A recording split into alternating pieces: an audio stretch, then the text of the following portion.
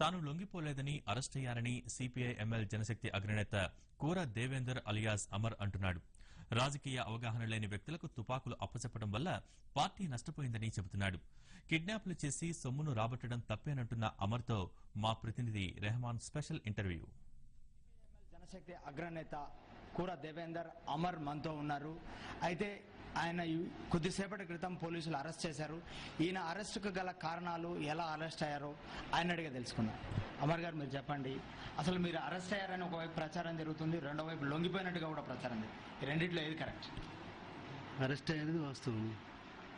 లొంగిపోవడం అనేది సమస్యనే, ఊహనే సరైనది కాదు, వాస్తవం కూడా కాదు. అయితే ఇంకో చర్చల ప్రతినిధి రియాజ్ను పోలీసులు ఎన్కౌంటర్ చేసిన కాల్చి చంపారని చెప్పి సిపిఐఎంఎల్ జనశక్తి ఆరోపించింది. మిమ్మల్ని అరెస్టు చూపెట్టింది. ఈ రెండింటిని ఎలా అర్థం చేసుకోవాలి? ప్రపంచంలో ఇప్పటివరకు ఒక శాంతి చర్చల ప్రతినిధిని కాల్చి చంపడం అనేది చరిత్రలో ఎక్కడ లేదు. వాళ్ళు కూడా అంటున్నారు ఏంటంటే అది యాక్సిడెంటల్గా జరిగింది. ఎట్లా జరిగినా కూడా దానిపైన ఒక తీవ్రమైన వ్యతిరేకత. అమర్ గారు, సూటిగా చెప్పండి, అదే మావో ఆలోచన విధానం ప్రకారం కూడా అంటే రాజకీయ అవగాహన లేనటువంటి వ్యక్తుల చేతుల్లో తుపాకులు, పిచ్చివాడి చేతిలో రాయిగా చెప్తారు. అంటే రాజకీయ అవగాహన లేనటువంటి వ్యక్తులకు మీరు తుపాకులు ఇచ్చి తప్పు చేసామనుకుంటున్నారు. రాజకీయ అవగాహన లేని వ్యక్తులు, రాజకీయ అవగాహన, ప్రాథమిక అవగాహన లేకుండా ఎవరు ఉండరు.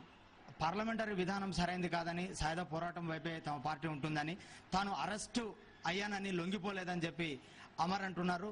రాజకీయ అవగాహన లేని వ్యక్తులను తీసుకోవడం వల్ల కూడా పార్టీకి నష్టం జరిగిందని అమర్ స్పష్టం చేస్తున్నారు.